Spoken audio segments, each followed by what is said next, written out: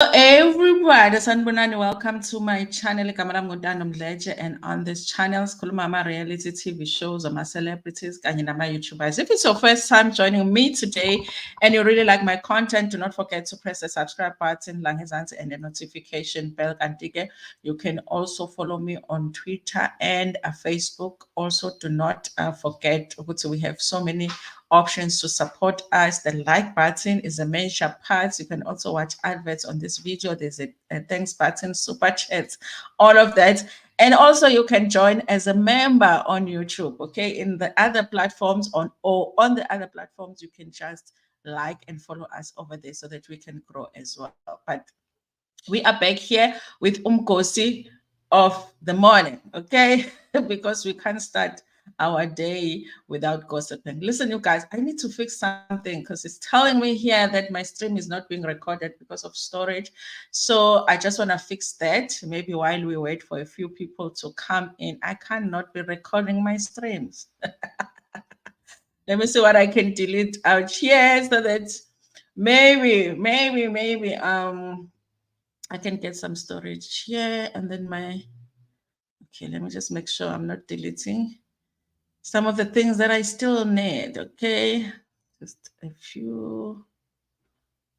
No, don't delete on the platform, okay? Just a few minutes, you guys, just to make sure my thing is being saved here. By the way, you guys, those who have been asking how I can go live on a double platforms or multiple platforms is StreamYard. I use StreamYard. I know there's other apps that you can use, but I use StreamYard, okay? StreamYard has different packages, okay? The package that I pay for, because there's a free package, okay, you can just use it for free, where the watermark will still be here. And you can record your videos on StreamYard. It's just that you do need network, so you can't record when you don't have network. And yeah, so you can record your videos on StreamYard. You can do AMA Lives on StreamYard. And also after recording, you can send your content to different platforms. Okay, you can upload through StreamYard, or you can download it from StreamYard and keep it, and then upload it on whichever platforms you want to upload your content to. Okay. Also, what was I talking? All the packages. So there's a free package where you can only do go live on one platform, and then there's a first package where you can go live up to 3 platforms, whichever platform you can connect to. And then there's the other platform. I think you can do up to 7 or 10 platforms if you want to go live. So yes, you guys. Anyway, all of your content, you guys, whether you are live or recording, gets stored on StreamYard until a time where you can download it or upload it or delete it or whatever you want to do with it. I think it's a very good app, you guys. And I pay like 400 and something for the package that I use. Okay. So yes, those who have been asking. Anyway, I think we are sorted with the memory thing here. Let me just see if I'm not too dark, you guys, because I put my light behind my laptop today because I just can't deal with the light today. It's I don't know, maybe it's a Friday already and I'm just feeling like I can't do it. Why is my life not coming on? So I want to see if you guys can see me. Please let me know in the comment section if it's not too dark. So maybe I can move it to the side, but it's just too bright for me on this Friday. African Souls, it's good to have you back here. Good day, OGs. Have a lovely day. Have a lovely day too, you guys. We have a few stories to do. These days, you guys, I'm arriving a little bit late, so I'm not able to start at 7. It was so nice to be able to hang out for an hour, but we're not able to do that just because of time, you guys. So I'm going to start with the housewives stories because I won't get into too much details on those stories because, of course, we do have a reality bars, a TV channel where we get into it more, you guys. I did do the review. I'd say it's a full review, but there's one scene that I still need to go live and discuss, which was the last scene of Real Housewives of Devon, episode 3, you guys. So I did post the review. Just go check out Reality Buzz TV, you guys. Make sure that you are subscribed to that channel as well, you guys. So while that is going on, of course, they are getting to talk about people on the show, and people are getting triggered, and certain things are happening outside of the show, and we are seeing people's reactions on social media. One of the things that Unonko revealed, you guys, if you haven't watched the show, she revealed that the whole relationship with RT was basically just a scam. Okay, indicating to us that RD was a scammer. Okay, she wasn't into the scam. It's not like they came together to fake the whole thing together. That's what she's saying. So he was scamming her. She thought the relationship was real. When she was being given the car, she thought it was real. It was a real gift. Only afterwards she found out that the car was never bought. Okay, I'm interested to know how she found that out, you guys. So she says that. And then she went on to say that she felt like, or she believed that Uarti used Muti on her, okay? And that's why she was acting the way that she was acting. I remember all of us being shocked. Nonku had brought this man who had been convicted of such a serious crime in the past, was bringing this man to the house, living with her kids and her girl. We just didn't understand. She says she feels like it might have been because of Umoti, because she found Umoti in Arti's bag. And she goes on to say, in addition to that, Arti scammed her because while she was busy being in love, Arti was over there going to her construction site and stealing material there, building material there. And in total, he allegedly stole a material that is worth 300,000 rands. Nonko said that on a show, okay? So basically confirming the reports that had come out at the time about RT, because it was not the first time that we hear of this 300,000 rands worth of building material that was stolen in some of Nonku's construction sites, okay? Now, I believe Artie didn't like that. I don't know what he thought was going to happen. Maybe he thought they were just going to go into this season. Noko was going to be moving on with the new man and she will forget about Artie. And that doesn't happen because we need an update. I mean, if last season you were in a relationship and you are coming in this season, you are not in a new relationship, as the viewers, we want an update. And the producers have to find a way to make you give an update. So they did find a way for Nonko to give us an update. She had a sit down with Sorisha, told the story, and then they played that funny game, that shady game, where she ended up talking about the car, you guys. So now Arti got upset, I believe, and then decided that that's not the truth that Unoko is telling. And also, I believe that he is feeling like it's a defamation of character because that is not what happened. Unoko is lying. His story is, you guys, that they met in October 2022. And when they met, Nonku approached him and his friends because Nonku was having financial troubles, okay? Nonku was having financial troubles and needed assistance to get her finances together, okay? I'm like, okay, guys, I'm just thinking if I had businesses and then I'm meeting RD, I'll be looking at RD thinking, this is the guy that will help me get my finances together, you know? Not making sense at all. I'm like, RD, another story. We're not buying that one. But that's the story he is telling. Nonku approached him. Then they started dating and whatever. And he is also denying the allegations that he did steal that material. And he actually posted on Instagram a letter from the lawyers. Okay. Listen, from that letter, I can't determine whether it is what do they call it? Cease and desist. When somebody says, "Stop talking about this issue," or "I will take action," I can't tell you guys. Okay, I was trying to figure it out. Or it's him saying, I am going to sue you for defamation of character because the things that you are telling about me on the show are untrue. But there is a lawyer letter that has been posted on his Instagram, Dumsani Dlans, if you want to check it out, or go on my Reality Buzz TV channel. I did do a video there talking about that letter. Okay, so that's what's going on with the Nonku. Dumsani is not liking what she is saying on the show. Then we have this lady here, you guys, who Amy. I thought it was Amy as in AMY, but it's actually Amy. It's the Amy that you write, Amy. Amanda joined the show, you guys. She's one of the newbies. This past episode was the first time we saw her. And I was looking at her and I was like, I've seen this lady somewhere, but you know, my influencers. I was like, hey guys, I've seen this lady before. So Emmy came to the show. She is on a spiritual journey too, similar to what Usli is on, and Utwasil and all of that stuff. Okay. And now, listen, I'm not feeling like the newbies this time on Real Housewives of Durban are dealing well with being on a reality show for the first time. I feel like they're not dealing, okay? Because they're out here on social media wilding, okay? There is Angel, whom after every episode, she feels the need to do a live and defend herself. And you're like, girl, just let us watch the show.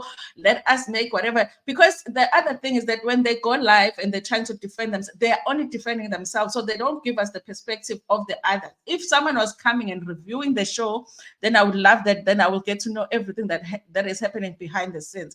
But a person will just be coming on and saying, guys, it's not like that. I wasn't really angry. I'm like, but we saw you being angry. Just let us enjoy the show. So I really feel like they're not dealing with, them being on a reality show. Maybe they were not ready, so they're coming out here defending. Listen, you guys, those who who are watching Real Housewives of Durban, who have watched the last episode, have to tell me where they spoke about Emmy's kids, because I watched it like 3 times. What am I missing? And I'm listening and I'm like, okay, I must be missing something here, because she went on social media and trying to say, listen, she's disappointed that the producers are touching on her kids. Something was said about her leaving her kids for a man. And I'm like, hey, Bogandimina, what show did I watch, guys? Did they post episode 4? Maybe I'm not aware. They've already posted episode 4. I'm trying to figure out, because I don't know how they're posting these episodes nowadays, because I thought the episode was supposed to come on a Friday, but it's actually coming on a Wednesday. So it's a whole thing, okay? So now, you guys, she went on social media to say she will defend herself when it comes to her being a mom, because she feels that that was not well represented. She says, RHOD star Amy Thompson denies leaving her kids for a man, okay? It says Real Housewives of Durban season 4 new cast member Emmy Thompson, also known as Amanda Sosibo, made her appearance on episode 3 this week. However, the new entrant was trending for the wrong reasons on Wednesday. This is after she took to social media with guns blazing. Okay, she accused the production of making controversial introduction about her that got tongues wagging. She claims it gave the impression that she has. You guys know about these articles moving around. Impression that she has chosen a man over her kids, and she held nothing back for her children's sake. The mother of 2 is a maritime graduate who works in the pharmaceutical industry, but she's currently on a much-needed break. She is also a founder of the Fundisiwe Foundation, named after her late mother. As a new cast member, Amy believes that she has a lot to bring to the show. I decided to join the show because I absolutely love trying out new things. I also wanted to experience this, okay? Then experience it, okay? And stop complaining.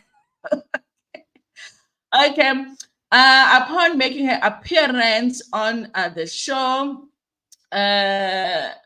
she found herself trending for the wrong reason, especially being introduced by Lee Ndlovu, who also fought off similar allegations in the past. Okay, guys, please tell me where this is. Is it on the trailer somewhere that I haven't seen? Because I'm looking for where they talk about Emmy's children. Because in the last episode, they actually talked about Emmy's accusations or allegations that she had claimed that she was in a hijacking. They said that the hijacking was fake.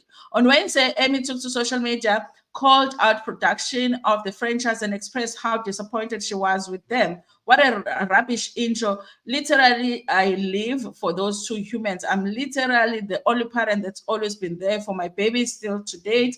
No man is worth leaving my babies, she wrote. Okay. Listen, I understand what the upset is about, but I also feel like these girls don't prepare themselves for getting and joining a reality show. You're not going to be able to control what the producers put together as your intro puts together in the episode. Worse at the reunion, okay? They might just show people coming at you and they don't show your response. And you had a really good response, or you had a response where you thought was really good, but they don't show us, okay? That's why other conversations just don't seem to make sense when we watch these shows, because of course it's edited. They can't show us everything. And they also, the producers have an agenda, okay? They want to present this one a certain way and this one a certain way and this one. You have to know that, you guys. I would think that if you are going to get on a reality show, you are somebody that has watched reality shows. So you kind of have an idea that, you know what, if I get on these shows, I am likely to not even have control on how they even show my dress. Okay, my dress might be the most beautiful dress ever, but Bazokombisa at the side that is not so appealing. So you don't have control. So I don't understand why they're getting upset about how they are presented on a reality show, when we know, even as the viewers, we know that that's just what happens. Okay, you have to take the good with the bad. And anyway, you guys, we talk more in details on my other channel, Reality TV, Reality Buzz TV, so you can get on there if you want to know more. So guys, listen, there is this boy here, you guys. This is a story that I really wish that I could get on to more, you guys, because it's such an interesting story. The thing of me not having time to do these stories. So this boy was accused, you guys, of killing 6 women who were sex workers, okay? And I think they all happened to be Zimbabweans, but in South Africa. And he is attending, his trial is on right now, and they are saying that he has been acquitted of 1 count of RAPE. Remember that when they found the bodies of these women, and a lot of them had been badly decomposed, so I can understand how it would be hard to even prove that RAPE had taken place, okay? And so let's find out what happened in court. It says Fisom Kwanazi, who is on trial for the aim of 6 sex workers at the Gauteng High Court sitting at Palm Ridge, has been acquitted of 1 count of RAPE that was filed in 2021 and later withdrawn by the victim. Kwanazi spent months awaiting trial until the victim withdrew the case. Okay, on Monday, after the state closed its case, Kwanazi defense filed an application to have the charges of RAPE and defeating the ends of justice dropped against the client. Judge Kasim Musa ruled that the state has proven its case in terms of Section 174 of Act 51 in 1977, and accused may be discharged at the close of the case for prosecution at any trial. The court is of the opinion that there is no evidence that the accused committed the offense referred to in the charge or any offense of. He may be convicted of the charge. It may return a verdict of not guilty. Kwanazi also applied to have the RAPE charges and defeating the ends of justice be dropped. With regards to the charges of RAPE, the accused has admitted to having sex intercourse with all of the 7 women. However, what is in dispute is simply the question of the consent. Judge Musa added that the accused submitted that he had consensual sex with the complainant on count 1, which is the alleged sex worker who opened an RAPE case against him in 2021, but later withdrew the charge.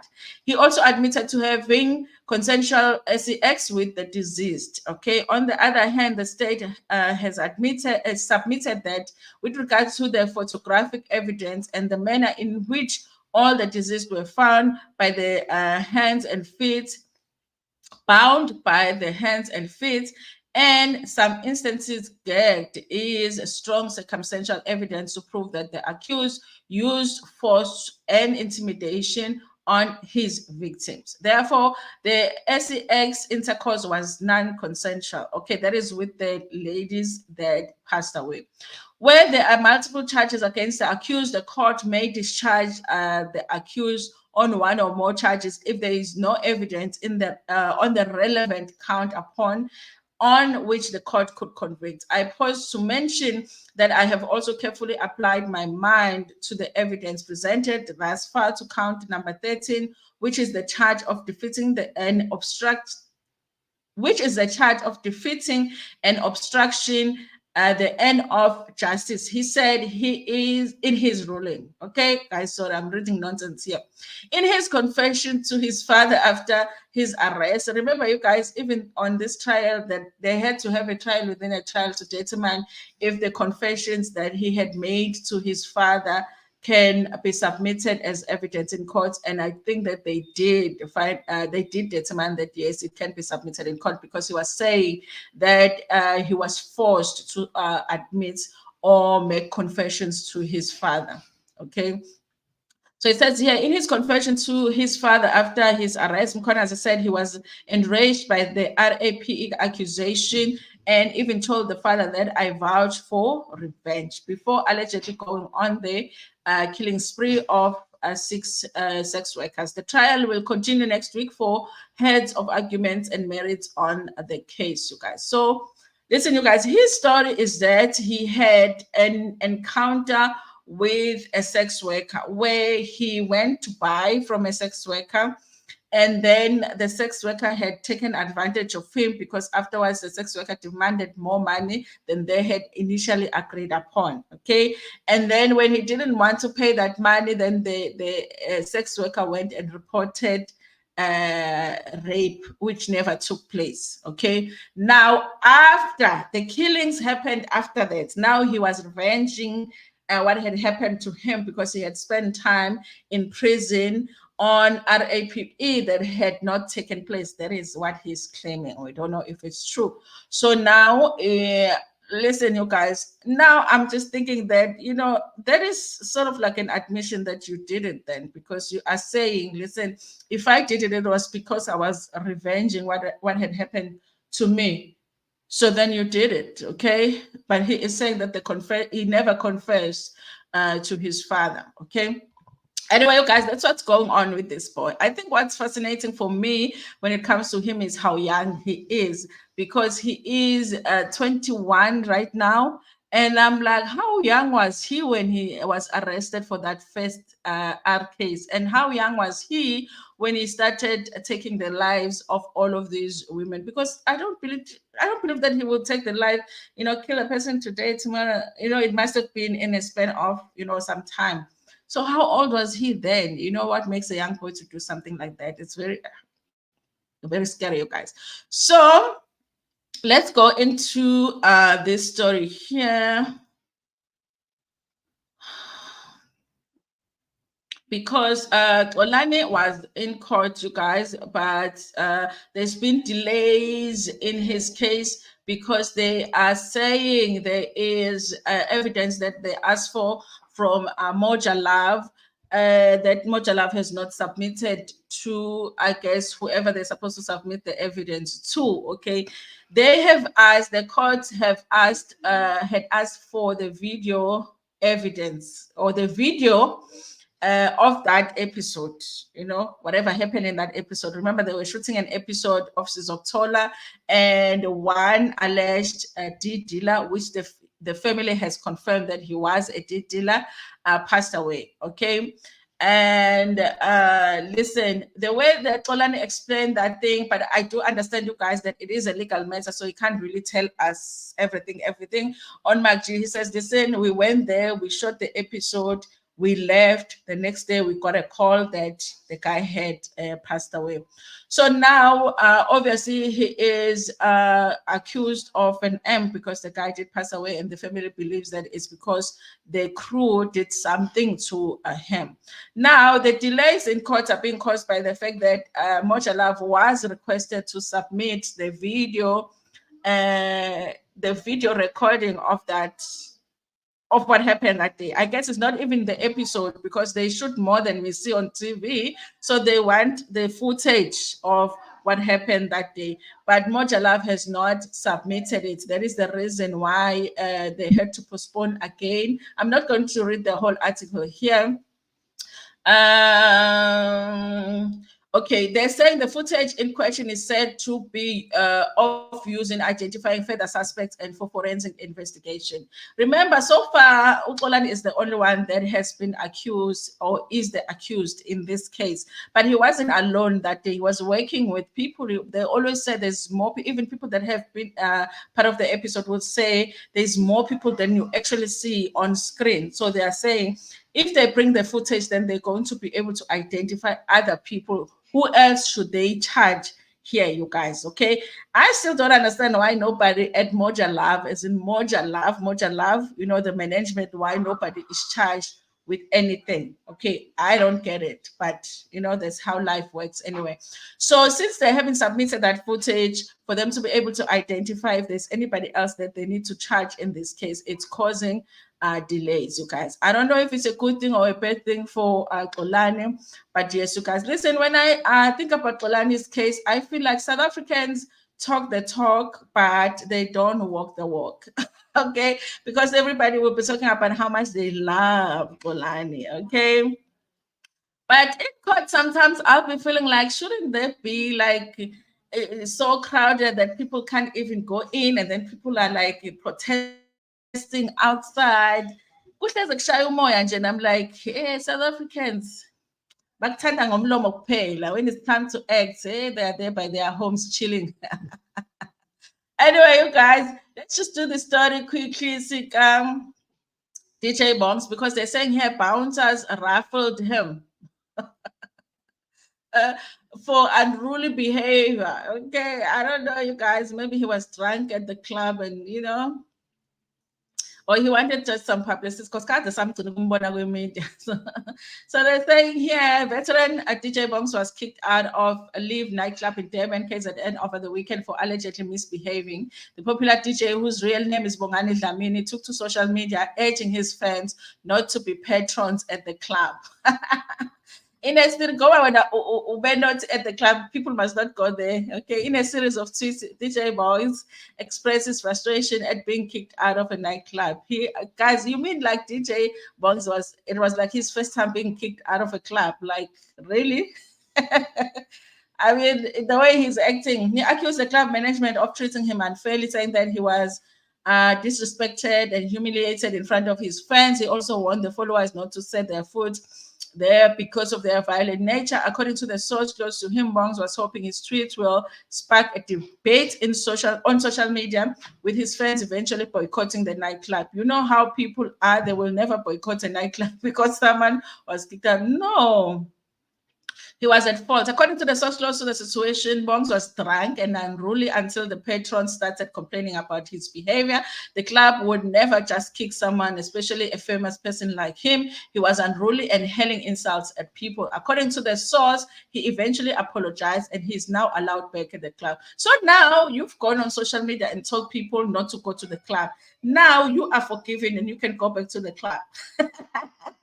Can you now go back on social media and tell the people, guys, listen, you can go to the club, okay? At this point, you guys, DJ Bongs should be just Umkulu in his 50s, okay?